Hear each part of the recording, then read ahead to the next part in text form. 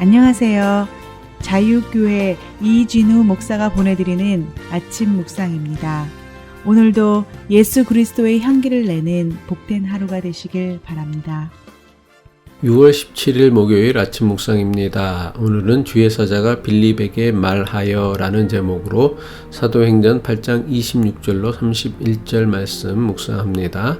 주의 사자가 빌립에게 말하여 이르되 일어나서 남쪽으로 향하여 예루살렘에서 가사로 내려가는 길까지 가라 하니 그 길은 광야라. 일어나 가서 보니 에디오피아 사람 곧 에디오피아 여왕 간다게의 모든 국고를 맡은 관리인 네시가 예배하러 예루살렘에 왔다가 돌아가는데 수레를 타고 선지자 이사야의 글을 읽더라. 성령이 빌립더러 이르시되 이 수레로 가까이 나아가라 하시거늘 빌립이 달려가서 선지자 이사야의 글 읽는 것을 듣고 말하되 읽는 것을 깨닫느냐 대답하되 지도해 주는 사람이 없으니 어찌 깨달을 수 있느냐 하고 빌립을 청하여 수레에 올라 같이 앉으라 하니라. 오늘도 주님의 인도하심을 따라 살아가는 복된 하루 되시길 바라며 목요일 아침 묵상 시작합니다.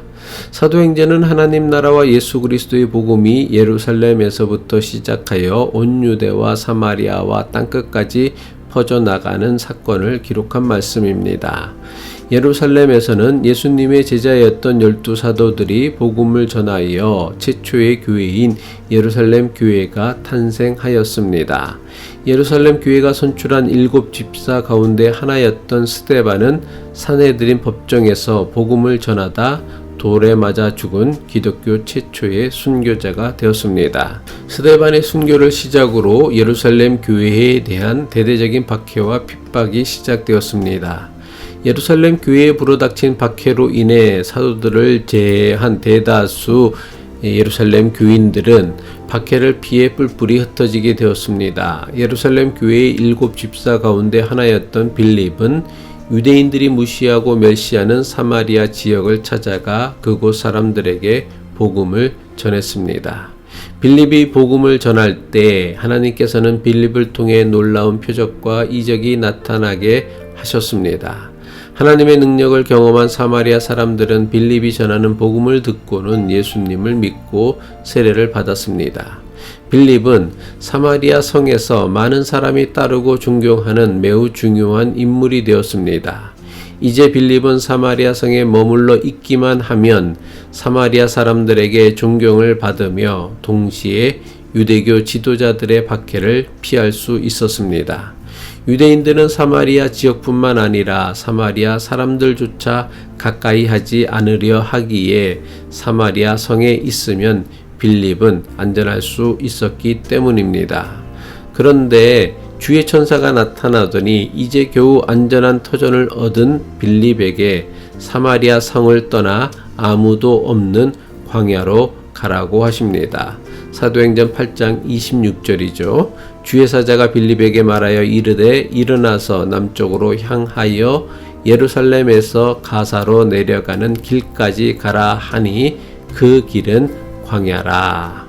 빌립은 사마리아 성에 있으면 사마리아 사람들에게 존경을 받으며 편안하고 안전하게 지낼 수 있습니다. 그런데 갑자기 나타난 주의 천사가 빌립에게 명하길 먹을 것도 안전도 보장할 수 없는 광야로 가라고 합니다.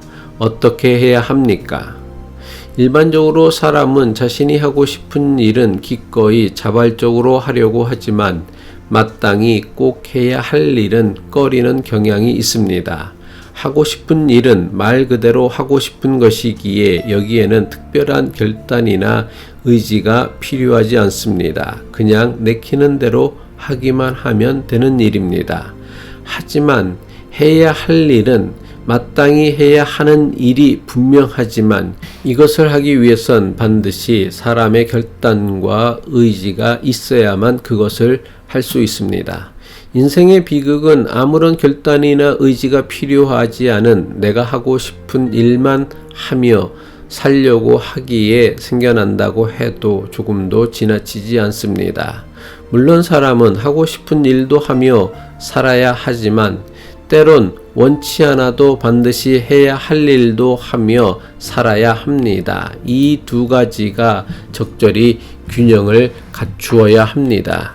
그런데 하고 싶은 것만 하며 살려고 하고 해야 할 것을 외면하고 살게 되면 결국 이런 인생은 후회로 끝날 수밖에 없습니다.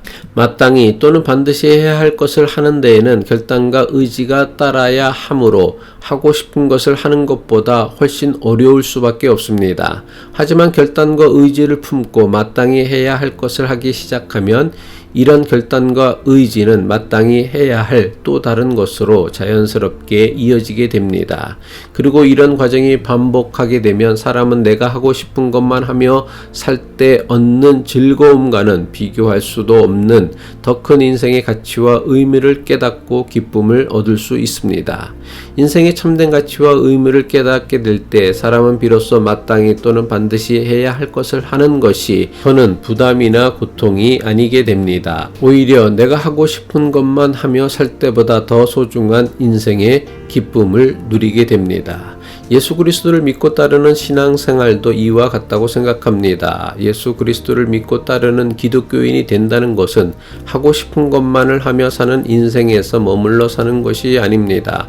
평생을 자신이 하고 싶은 것만 하며 살아서는 하나님의 사람, 예수 그리스도를 따르는 사람이 절대로 될 수 없습니다. 우리의 본성은 이미 하나님과 너무나 멀어져 있고 우리가 원하는 인생의 즐거움은 예수 그리스도의 가르침과는 너무나 거리가 멀기 때문입니다. 예수 그리스도를 믿고 따르는 믿음의 삶을 사는 것이 무엇입니까? 하나님 말씀에 순종하여 마땅히 그리고 반드시 해야 할 것을 하기 위해 결단하고 의지를 품는 것입니다. 결단하고 의지를 품기가 어려워서 그렇지 결단하고 의지를 품어 마땅히 해야 할 일을 시작하게 되면 계속해서 마땅히 해야 할 일을 하는 사람으로 변하게 됩니다. 왜냐하면 마땅히 해야 할 것을 할 때 누리는 기쁨과 감격은 내가 하고 싶은 것만을 하며 살 때와는 전혀 다른 차원의 기쁨을 얻기 때문입니다. 빌립에게 주의 천사가 나타나 사마리아 성을 떠나 광야로 가라고 했습니다. 빌립이 어떻게 했습니까? 주의 천사가 주신 말씀에 순종하여 사마리아 지역 모든 사람에게 존경받는 자리를 떠나 아무것도 없는 광야로 갔습니다. 빌립은 어떻게 그렇게 할 수 있었습니까? 그는 이미 자신이 하고 싶은 것을 하는 것보다 자신이 해야 할 것을 하는 것이 더 소중하다는 것을 몸소 깨달은 사람이었기 때문입니다. 빌립이 사마리아 성을 찾아 사마리아 사람들에게 복음을 전했던 것은 박해를 피해 예루살렘을 떠나 도망치다가 우연히 사마리아에 이르러 복음을 전했던 것이 아닙니다. 비록 빌립이 히브리파 유대인이 아닌 헬라파 유대인이라고는 하지만 그 역시 유대인임에는 틀림이 없었습니다. 빌립은 유대인들이 사마리아 사람들을 멸시하고 천대하며 사마리아 사람들 역시 유대인을 적대시한다는 것을 너무나 잘 알고 있었습니다. 유대인인 자신이 사마리아 지역을 찾아가 그들에게 복음을 전하는 것은 유대인들에게는 비난과 조롱이 될 것이며 사마리아인들에게는 배척당할 것이 분명해 보였습니다. 이런 모든 사정을 아는 빌립이 사마리아 성을 찾아가 복음을 전한 것은 어쩌면 목숨을 건 결단과 의지의 선택이며 행동이었습니다. 만약 그가 하고 싶은 것만을 하는 사람이었다면 결코 사마리아를 찾아가지 않았을 것입니다. 하지만 그는 하고 싶은 것보다 마땅히 해야 할 것을 소중하게 여겼던 사람이었습니다. 그렇다면 빌립이 어떻게 주의 천사의 말씀에 순종하여 사마리아 성을 떠나 아무것도 없는 광야로 나아갔는지는 너무나 분명합니다. 그는 하고 싶은 것만 하는 인생에서 마땅히 해야 할 일에 우선순위를 두는 성숙한 믿음의 사람이 되었기 때문입니다. 기도하겠습니다. 내가 하고 싶은 것만 하려는 인생에서 내가 마땅히 그리고 반드시 해야 할 옳은 일을 하려는 결단과 의지가 예수를 그리스도로 믿는 믿음을 통해 나타나게 하옵소서. 예수 그리스도의 이름으로 기도합니다.